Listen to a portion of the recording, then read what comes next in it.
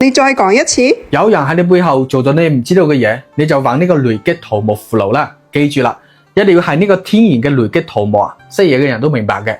俗語講得好啦，一桃壓百木。桃木咧，佢本身就係五木之精嚟嘅。好似我哋平時行夜路比較多，經常係收工比較遲嘅朋友，要將呢個雷擊桃木符籙掛喺你嘅身邊。我呢個咧係源自泰山肥城嘅天然雷擊桃木符籙嚟嘅。你睇下上邊嘅紋路啊，係天然形成嘅，而且都係我哋老師傅手工打磨，非常之圓潤同埋光滑啊，震水唔變色，高溫又唔變形嘅。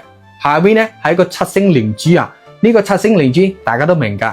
上邊咧係用手工編製嘅一條特別精美嘅手繩啊。平時我哋可以將佢放喺呢個紅色嘅袋仔入邊，隨身帶住，可以掛喺呢個車上邊、手袋入邊、床頭或者枕頭底下都得㗎。